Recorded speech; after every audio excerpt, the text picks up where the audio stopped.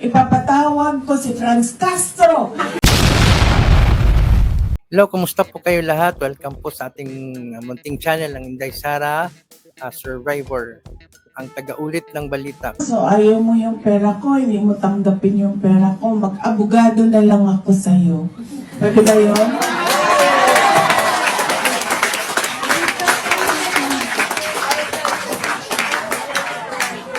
Kaya sabi ko, naisip ko, naalala ko, abogado nga pala ito. So mag-abogado na lang ako sa'yo. Sabi ko, syempre matanda na ba? 80 years old na. So ayaw mo na i-agitate yung matanda. Kasi mabilis, mainis. So sabi ko, okay. Sabi niya, hindi. Totoo, mag-abogado ako sa'yo. Sabi ko, okay nga, walang problema. Sabi ko, pipinunga ka lang naman, di ba? Sabi niya, hindi. Ipapatawag ko si Franz Castro. Ipapatawag ko si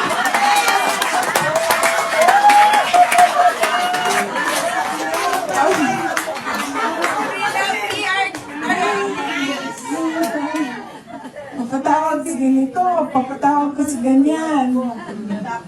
Tapos sabi ko, dun sa mga lawyer, sabi ko, collaborating counsel daw. Sabi nila, sige, wala namang problema yan. This coming 2028, may posibilidad po bang tumakbo kayo? Ma'am, please! Ma'am, please!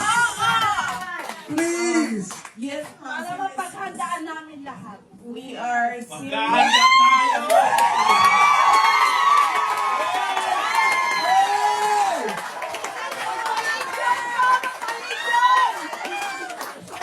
are seriously considering, ma'am.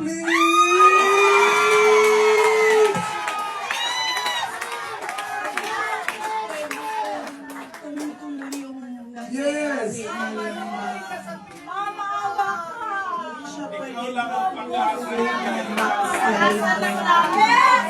Yes, I really believe that our country will be great. And I really believe Let them be with you!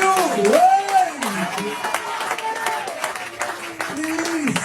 mahirap siya ipaintindi sa ating mga kababayan. And mahirap yung kailangan natin gawin kasi you really have to stand firm, especially with government policies para maayos siya. Pero paniwala ko kung magkaisa lang yung mga tao, alam natin kung saan tayo papunta, maggagawa ng ating bayan.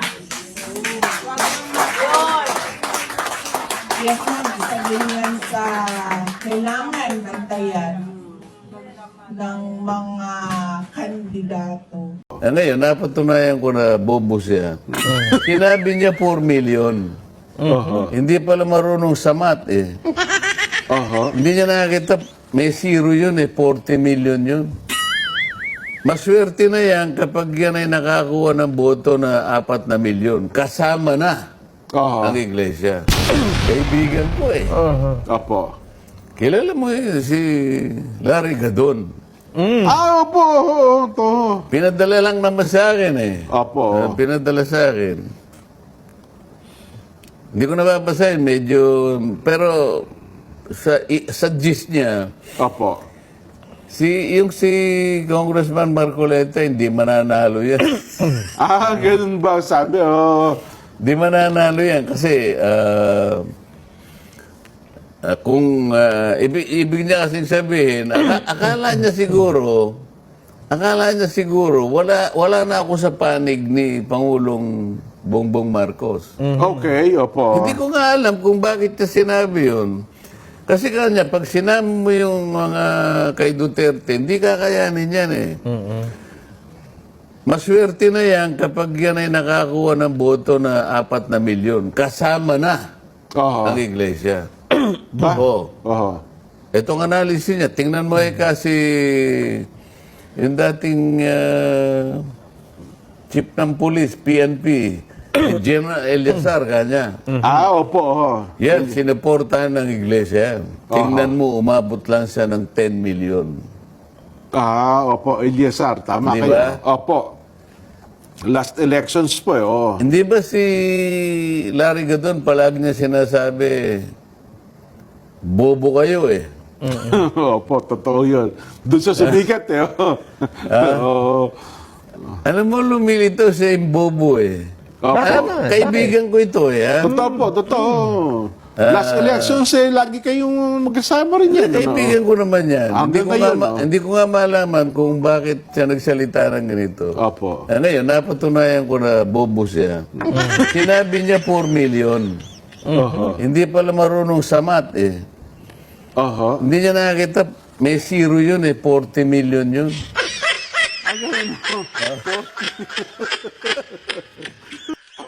May makadaog loan bet or Nasa Guinness, nakita ko nga yung meme, nasa Guinness Book of World Records na daw tayo for most number of winners in 1 month in 6 digits na loto. real eyes. Billions na, no? Billions in 1 month. Kaya nga sabi ko nga sa kaibigan ko, sabi ko, alam mo, mathematically impossible talaga itong nangyayari na ganun, may nananalo lagi.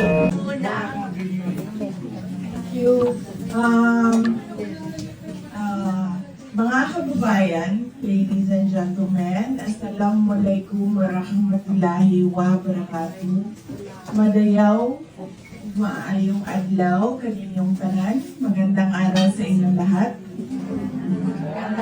Good morning.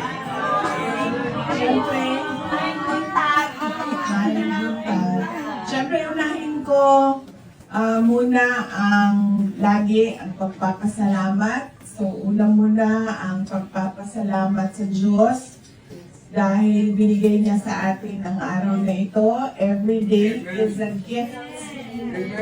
No, hindi natin alam kung kailan tayo kukunin, kaya dapat lagi bago matulog magpasalamat. Pagising natin magpasalamat tayo sa bagong araw na ibinibigay sa atin.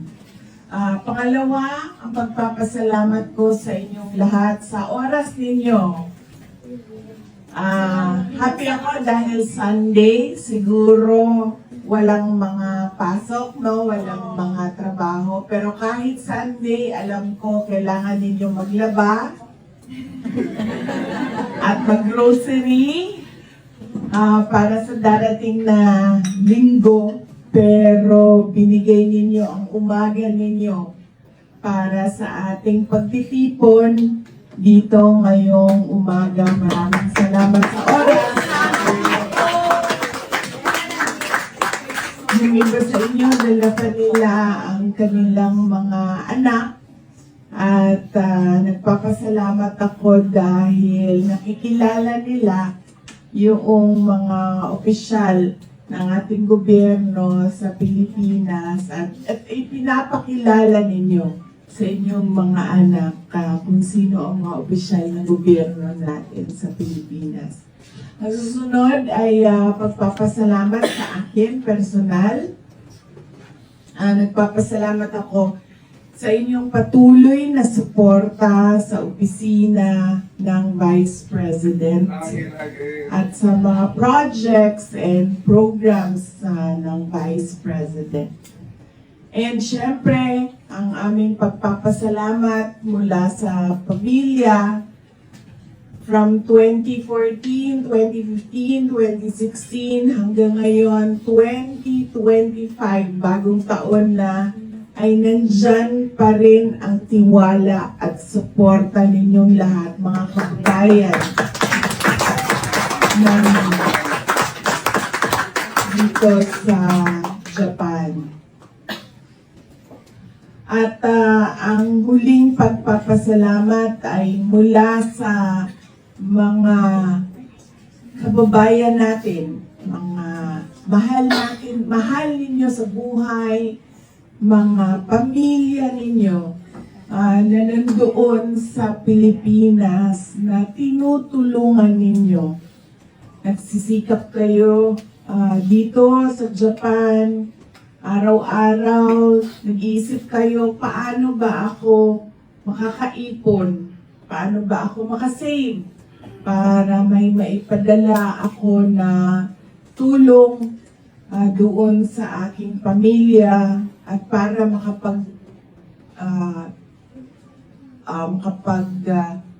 aral ng maayos ang aking mga anak, ang aking mga pamangkin, ang aking mga kapatid.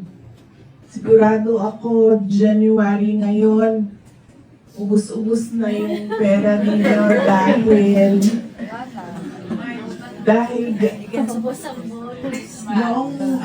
nung isang araw bago kami pumunta dito kasi nag-iwan ako ng petty cash sa bahay namin para kunwari may pabili, bili ng suka, meron silang makukuha kaagad kasi naubusan ng suka, pabili ng sibuyas, mabilis silang makagalaw, pabili ng sibuyas kasi may petty cash.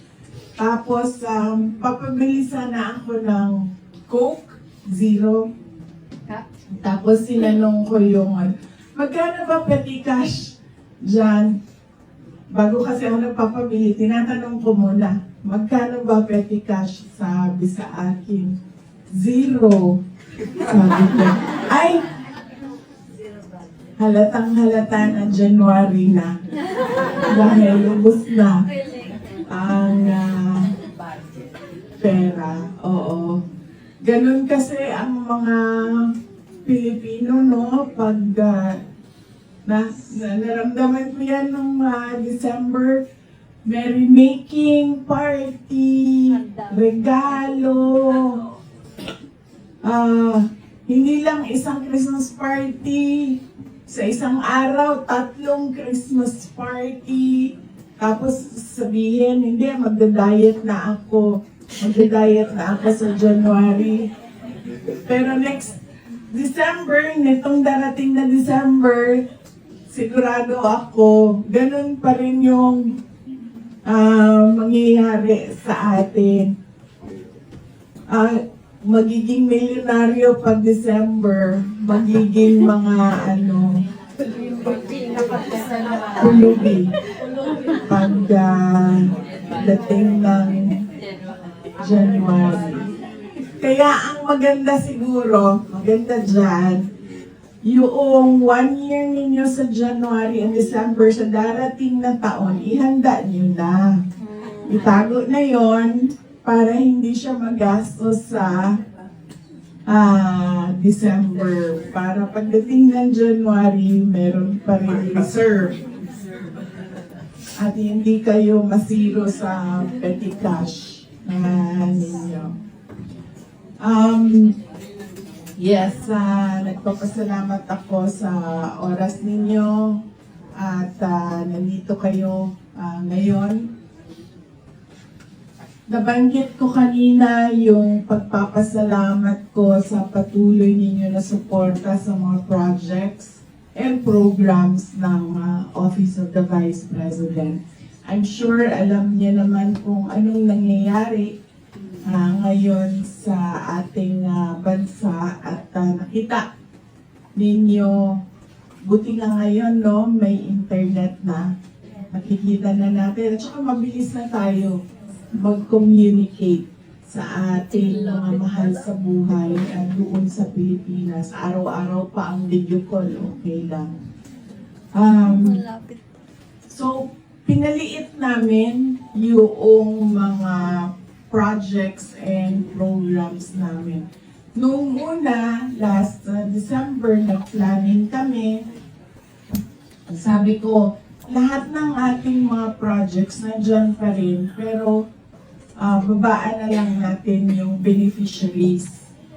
Pero, nung nakapag-usap kami ulit, nitong January na lang na meeting, sabi ko, sabi rin ng exec ko, mas maganda siguro kung bawasan na lang natin yung projects natin para marami pa rin benepisyo. So hanggang ngayon, tumutuloy yung meeting namin kung anong mga projects doon ang may impact talaga doon sa mga geographically isolated and disadvantaged areas. Kasi inuuna talaga namin yung mga underserved communities. Kasi laging pag sentro, like Davao City, madami ng opportunities. Pero yung mga kasikbit ng mga probinsya and municipalities na mga maliliit, yun yung mga kailangan talaga ng tulong. So, pinaliit namin at pinakonti namin ang mga projects and programs namin. And siguro by mid-February, ready na kami ulit na mag-roll out ng mga projects and programs sa office of the Vice President. So, tutuloy pa rin yung aming mga satellite offices, nandyan pa rin. Meron kami satellite office sa Isabela, satellite office sa Pangasinan, at sa Bicol Region. May satellite offices kami sa Bacolod, sa Cebu, sa Tacloban, sa Davao City, sa Butuan, Zamboanga City, at Cotabato City para sa Barm area. Kaya tutuloy pa rin, pero konti na lang yung projects. Sanay naman din kasi kami, yung team na galing ng Davao City, sanay kami sa maliit na resources na pinagkasya-kasya lang kung ano yung resources. Kasi kahit sa Davao City local government unit noon, pinaprioritize lang namin. Sobrang laki ng syudad, madaming kailangan, pero kulang yung budget. So, pinaprioritize namin. Ano ba yung gusto nating unahin na public service para sa mga tao. So, mas madali sa amin dahil na-experience kami sa ganun. Tapos, pagdating naman sa politika,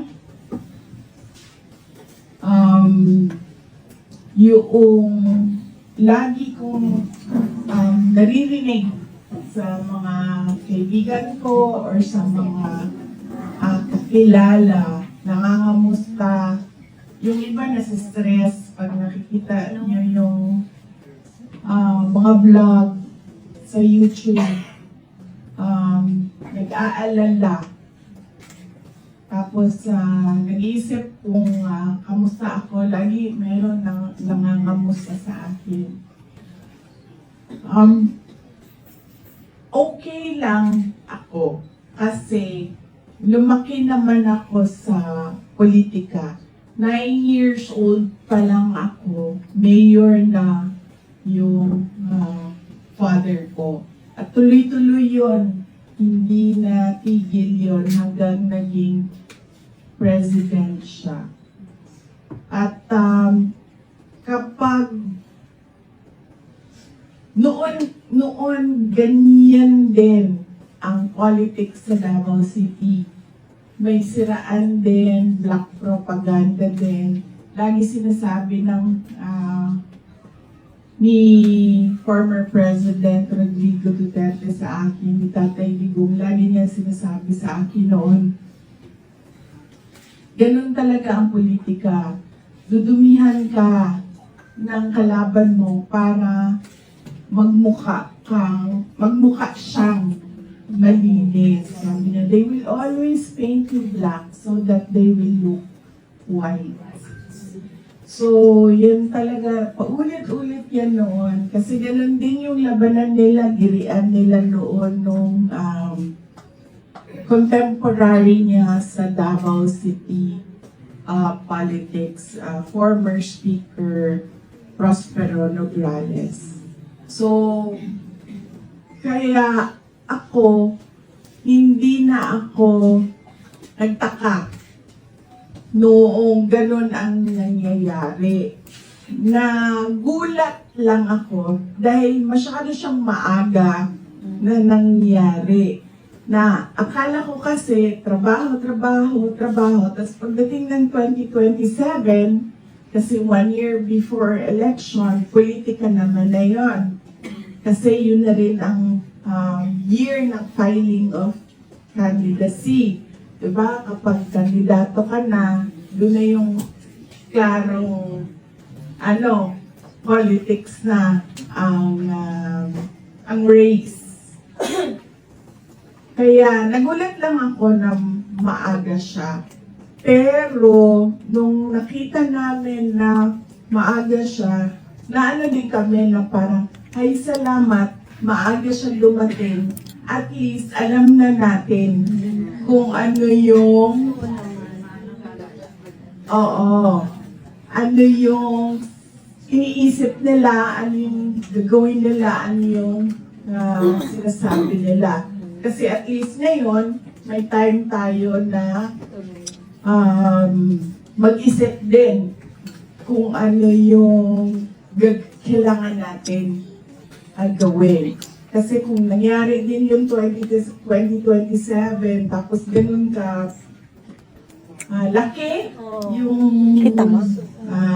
kanilang ang tinatawag ko sa kanya PR atake. Kasi nung unang nangyari yon nung 2023, kasi 2025 na tayo, no? 2023, doon sa budget ng Department of Education and Office of the Vice President, sinabihan na ako nung kilala ko, kaibigan ko sa loob ng PR industry ng National Capital Region. Sabi nila, ang unang baba was 25 million para banatan ka. So, sabi niya, I'm sure meron pa ng ibang budget dyan para tuloy-tuloy yung banat. So, Thank you. tapos napapansin niyo kasi, meron, tapos wala, tapos meron. Depende kasi yan kung ito na naman gagawin natin, ito na naman ang budget, ito na naman gawin natin, ito na naman ang budget. Yes, ganyan. Ganyan kasi yung pag-atake. So medyo well-funded machinery yung attacks.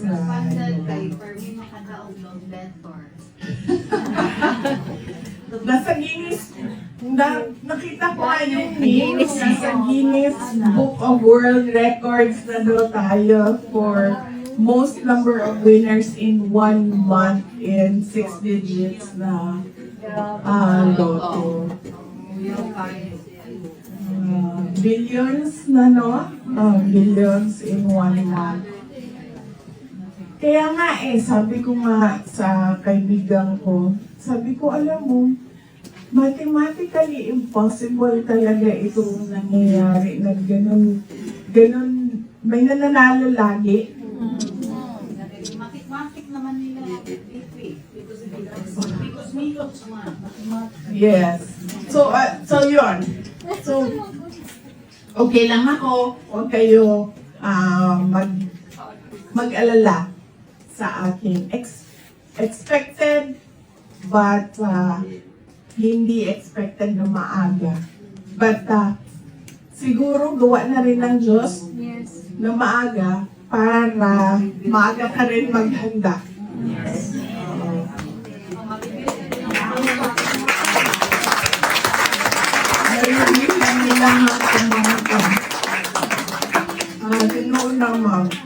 Daghan yung kaay ka na ganing mga amigo. Abi mo amigo ni mo pagka humanili ay.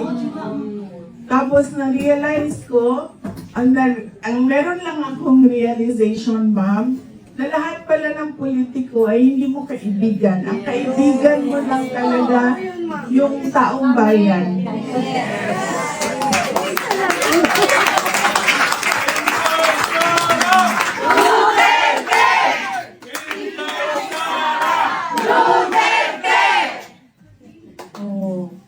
Totoo yan. Kasi, wala. Ubus. yung iba sa kanila, ma'am, na umaatake sa akin. Kaibigan ko yan sila from 2016, from 2019, ng mga elections. Nagugulat ako. Yung isa pa nga, nag-sorry yung papa niya sa akin privately. Sabi niya, pasensya na. Sana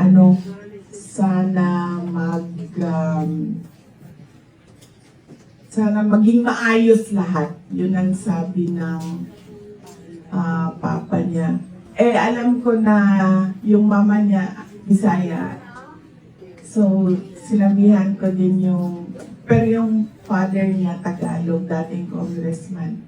Sabi ko, sa mga Bisaya, upuan man na mo laban na. Sokol.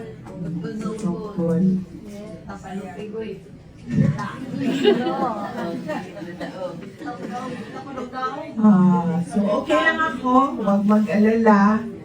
It's all part of politics. It's all part of politics.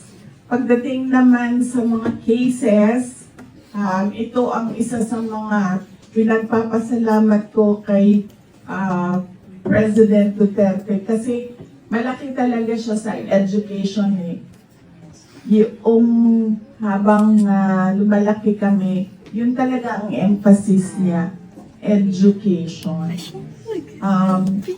Lalo galing sa generation nila, yung sila, sobrang hard yung disiplina pagdating sa education. So, nagpapasalamat ako sa kanya dahil siya talaga yung nagsabi sa akin noon na parang hindi ka tao. Hindi ka tao kapag hindi ka abogado o hindi ka doktor, hindi ka tao sa paningin ko. Ganun siya sa amin pagdating sa education. Kaya pagdating ko din ng postgraduate, wala din talaga akong choice kundi pumasok ng medicine or pumasok ng law dahil hindi ako nakaka-uwi ng bahay namin. Kasi hindi ka tao. Yung makakapasok sa pinto, hindi ko alam saan dumadaan ng mga tao. Hindi tao. Pasok ng bahay. When you're young, meron kang tendency na mag-rebel. When you're young, hindi mo maiintindihan. Pero nung eto na ngayon, yun talaga ang the only kung meron lang sasabihin sa akin, isa na pwede mong ipagpasalamat sa magulang mo, yung emphasis nila sa education. Kasi pagdating na ngayon sa mga kaso, naiintindihan ko na madali sa akin intindihin as a lawyer kung ano ang kailangan gawin, kung ano ang mga pwedeng posibilidad na mangyari.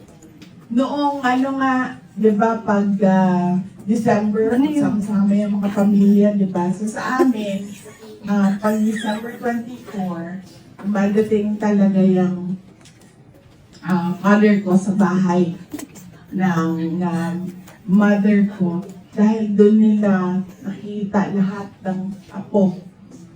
Nakita yan nila lahat ng apo. Tapos ang discussion yan is, itong apo na ito, anong ng grade, itong apo na ito, anong natapos, ganyan, education pa rin ang discussion. So, ina-update nila ang sarili